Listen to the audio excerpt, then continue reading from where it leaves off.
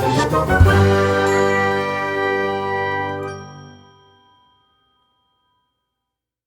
Sobat Caturmania, berjumpa kembali bersama saya Imad Suhermat pada channel Chess Live. Apa kabar Sobat? Semoga Sobat sekalian selalu dalam keadaan sehat serta diberikan rezeki yang cukup pada masa kondisi ini. Bagi Sobat yang baru bergabung, mari kembangkan channel ini dengan cara like, subscribe, dan share pada teman-teman. Juga jangan lupa tuliskan komentar agar kami dapat menampilkan video-video yang lebih baik lagi. Pada video kali ini saya ingin mengetengahkan sebuah pembukaan, yaitu pembukaan Ruy Lopez dengan sebuah variannya yang sangat tajam, yaitu varian serangan marsal. Jika Sobat main Ruy Lopez dengan buah putih, Sobat harus berhati-hati menghadapi serangan marsal. Statistik menunjukkan bahwa kebanyakan hitam sukses dalam pembukaan yang populer ini. Salah satu alasannya ialah pada persiapan di rumah. Kebanyakan pemain putih hanya memusatkan perhatiannya pada jalur utama, sedangkan jawaban yang tepat terhadap variasi sampingannya hampir selalu dilupakan. Kelalaian inilah yang digandeng dengan inisiatif jangka panjang bagi hitam untuk bidak yang dikorbankannya dalam serangan massal mengandung banyak sekali pukulan taktis yang dapat berhasil. Sobat, mari kita simak beberapa partai dari pembukaan Ruy Lopez serangan marsal nih dengan varian sampingannya. Jadi yang akan saya ketengahkan adalah varian sampingan, bukan jalur utama dari serangan marsal itu sendiri.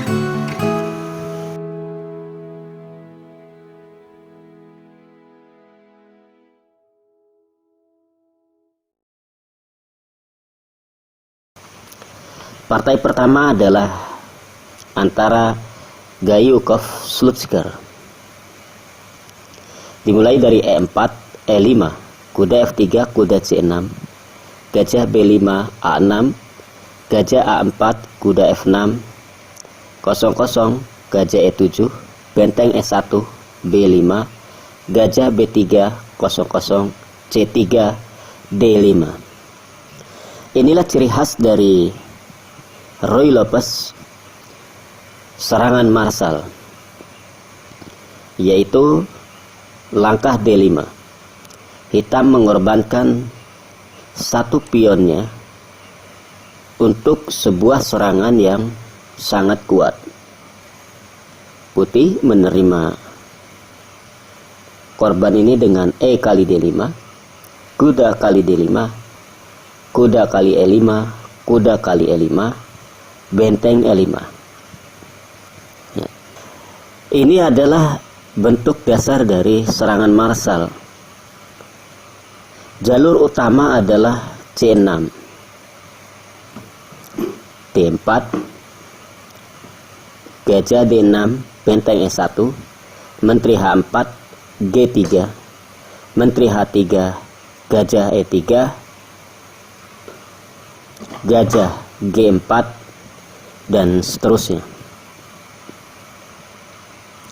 Namun di sini hitam melakukan sebuah penyimpangan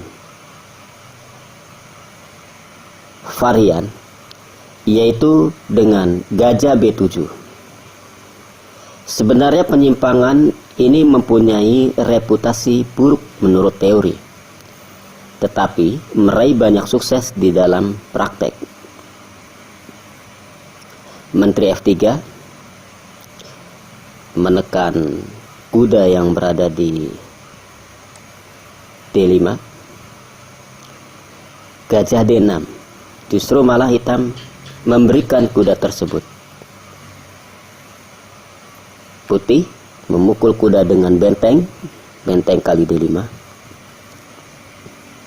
Inilah langkah keliru dari putih. Sebaiknya putih memukul kuda dengan gajah saja, yaitu gajah kali D5, C6, benteng E2, C kali D5, D4. Maka putih memiliki posisi yang lebih baik daripada hitam. Kita lanjutkan. Kesalahan dari putih ini segera dimanfaatkan oleh hitam. Nampak bahwa lajur E terbuka, benteng E8 mengancam mat pada baris ke-1.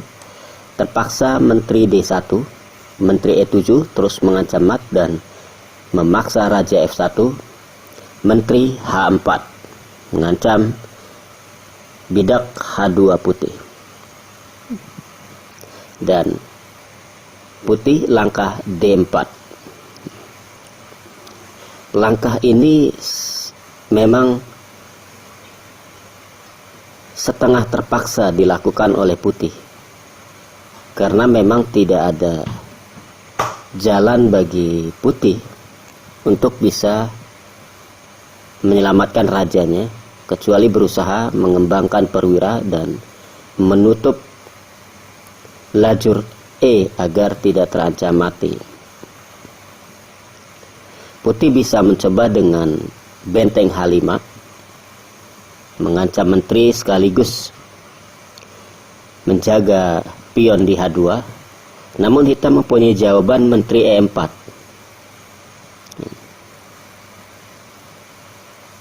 Setelah setelah putih gajah kali F7 sekak, berharap dipukul oleh raja dan menukar menteri. Namun hitam mempunyai jawaban raja F8, sehingga tidak ada tempo skak menteri. F3, menteri D3 skak, ya, jadi putih kemudian diserang. Satu-satunya jalan hanya F3 untuk mencegah ancaman pada petak G2. Raja G1, raja kali F7 kemudian memukul gajah.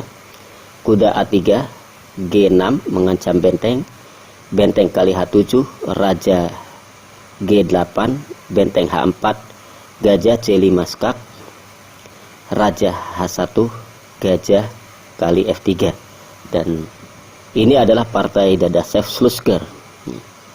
Putih menyerah. Mari kita lanjutkan. Setelah putih menjalankan langkah D4 tadi, hitam memukul pion di H2 dengan menteri kali H2. Dan putih melangkah menteri H5. Jika gajah E3, hitam pun akan menang melalui menteri H1 skak, raja E2, menteri kali G2. Dan ancaman terhadap benteng sudah tidak dapat dicegah. Mari kita lanjutkan. Setelah menteri H5, hitam melakukan skak pada petak G1, yaitu menteri G1 skak. Terpaksa dipukul oleh raja dan benteng E1 skak mat. Demikian sobat, contoh pertama dari Ruy-Lopez serangan marsal dengan penyimpangannya, yaitu pada langkah ke-11 dengan langkah gajah B7.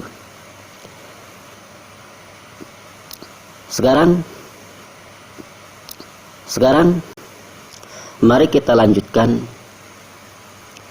contoh yang kedua. Contoh partai yang kedua ini antara Strukov dan melawan Balichev yang dimainkan tahun 1990. Ya, seperti tadi, dimulai dari E4 E5, kuda F3, kuda C6, gajah B5 A6, gajah A4, kuda F6, 00, gajah E7, benteng S1, B5, gajah B3, 00, C3, D5, E kali D5. Kali ini hitam tidak memukul pion yang berada di D5. Namun hitam melakukan sebuah penyimpangan lagi, yaitu dengan langkah E4, kuda G5, gajah G4, menteri C2, kuda E5, kuda kali E4, kuda kali E4, menteri kali E4, gajah D6.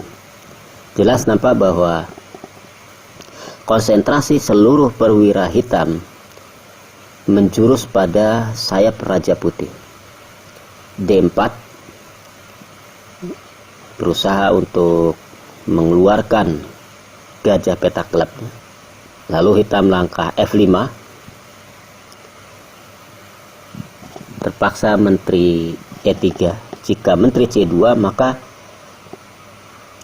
hitam langkah kuda F3 skak, G kali F3 disusul dengan menteri H4, benteng E5 menutup diagonal gajah, dan terakhir gajah kali F3, dan ancaman mat sudah tidak dapat tertolong lagi. Kita lanjutkan setelah menteri E3, F4, hitam terus merangsek dengan bidaknya, menteri E4, gajah F5 mengancam kembali menteri E2. Tidak ada jalan lagi kecuali memang menteri ke E2. Jika putih menteri kali F4, maka hitam akan langkah kuda G4 dan putih pun akan segera kalah setelah ini. Kita lanjutkan setelah menteri E2, F3, menteri F1 terpaksa. Semua langkah putih serba terpaksa. Kuda G4 mengancam petak H2, juga terpaksa langkah G3. Dan langkah terakhir hitam untuk segera menyelesaikan partai ini, yaitu dengan teknik demolition power struktur kuda kali H2. Tidak ada lagi jalan kecuali dipukul oleh raja, karena kuda mengancam menteri dan menteri tidak dapat pergi kemanapun. Setelah raja kali H2, menteri H4 skak, raja G1, gajah kali G3, F kali G3, menteri kali G3 skak, raja H1, gajah H3, dan mat pada langkah berikutnya. Oke sobat, demikian contoh partai kedua.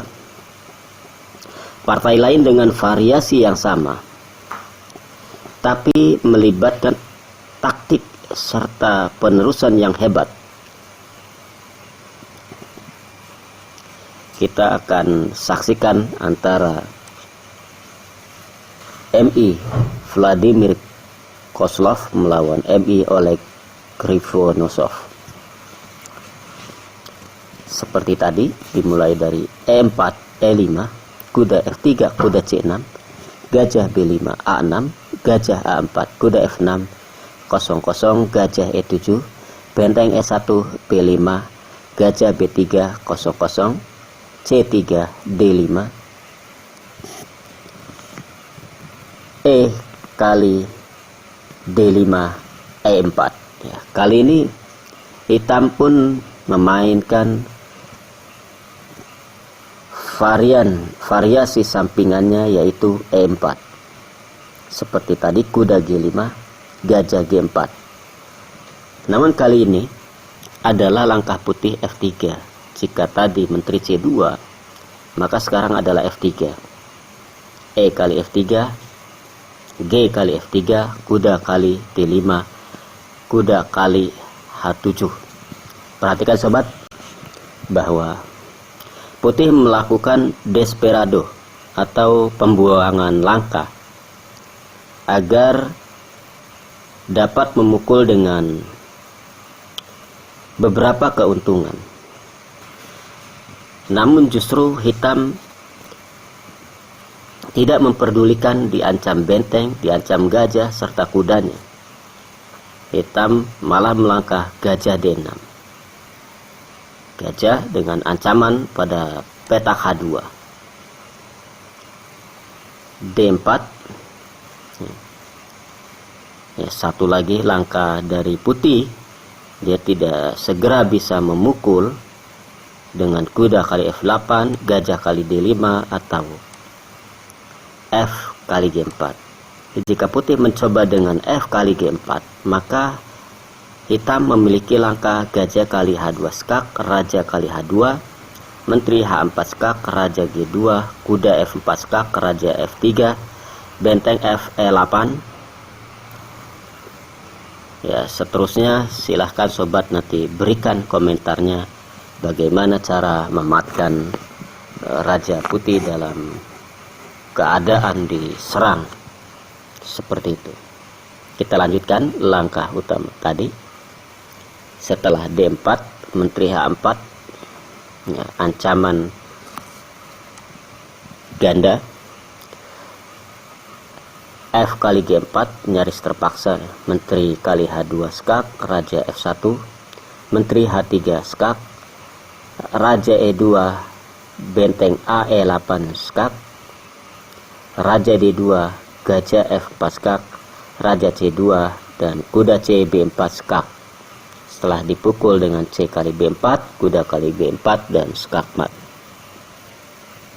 Itulah sobat 3 partai dari Ruy Lopez dengan varian serangan marsal dengan variasi simpangannya. Sekarang mari kita saksikan partai terakhir.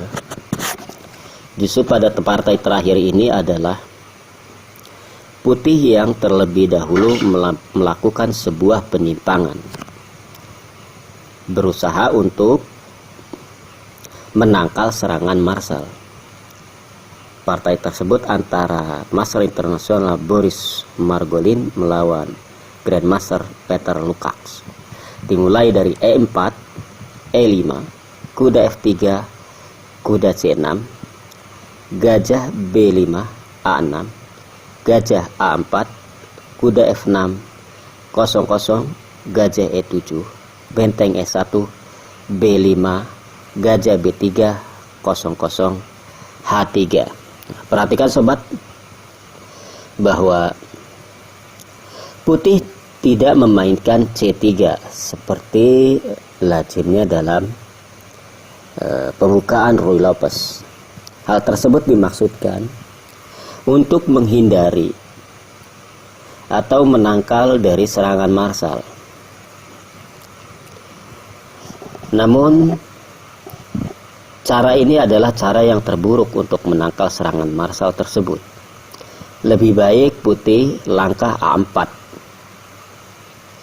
Setelah langkah A4, gajah B7 dan dilanjutkan dengan D3 yang sering dimainkan oleh Kasparov serta para GM top lain agar tidak menantang hitam dalam jalur utamanya. Mari kita lanjutkan. Hitam langkah gajah B7. Dan putih langsung melakukan tusukan dengan D4. Ya, terlihat bahwa putih justru malah sepertinya berbalik melakukan serangan marsal itu sendiri. Ya. Jadi tidak terlebih dahulu melangkah C3. Lanjutan ini tampaknya hanya seperti improvisasi di atas papan catur dan bukan merupakan persiapan cermat dari rumah. Sekarang mari kita lanjutkan. Hitam memukul pion D4 dengan kuda kali D4, kuda kali D4, E kali D4, E5. Jelas bahwa putih tidak bisa memukul pion D4 karena ada tusukan langkah C5, dilanjutkan C4 dan gajah putih yang berada di B3 terpaksa harus dikorbankan dan putih kehilangan satu perwiranya. Kita lanjutkan setelah E5, hitam langkah kuda E4, menteri G4, berusaha putih untuk melakukan satu serangan. Hitam langkah D5, menjaga kuda yang diancam oleh benteng dan menteri. Kuda D2, raja H8, menggeser raja agar putih dapat bisa menggerakkan pion yang berada pada petak F7. C3, hitam langkah D3. Sangat perlu bahwa hitam jangan memberikan satu tempo bagi putih untuk membuka serangan-serangan dari arah yang lain. Kuda F1, F5. Inilah maksud dari raja H8. Putih segera melakukan tusukan pionnya dan segera melakukan sebuah serangan yang sangat kuat. E kali F6, mau tak mau harus dipukul. Benteng kali F6. Perhatikan sobat, putih kehilangan bidak, juga terbelakang dalam perkembangan, serta sedang diserang dengan gencar. Apalagi yang lebih buruk dari itu, setelah gajah G5, putih berusaha untuk menyederhanakan partai dengan menukar-nukar seluruh perwiranya. Benteng G6, gajah kali E7, menteri kali E7, menteri H5, menteri F6. Hitam mengancam petak F2 dan satu-satunya jawaban, tidak ada lagi cara lain untuk membela bidak F2 adalah dengan melangkahkan F3. Benteng G5. Dengan langkah F3 ini membuat keadaan menteri putih jadi sulit bergerak. Setelah benteng G5, terpaksa menteri H4 tidak ada jalan lagi ya. Dan hitam melanjutkan dengan benteng kali G2, skak, mengancam skak raja dan mengancam menteri, dan putih kehilangan menterinya. Oke sobat, demikian 4 contoh partai dari Ruy Lopez serangan marsal dengan variasi simpangannya. Oleh sebab itu sobat, sebagai penutup, jika sobat bermain Ruy Lopez sebagai pemain putih, waspadalah terhadap serangan marsal dan adakan persiapan yang cermat, atau menghindarlah karena variasi sampingannya penuh dengan hutan dan rimbanya sukar diduga serta sangat berbahaya. Demikian sobat, semoga video ini dapat bermanfaat. Sampai jumpa kembali pada video-video berikutnya. Salam catur, gens una sumus.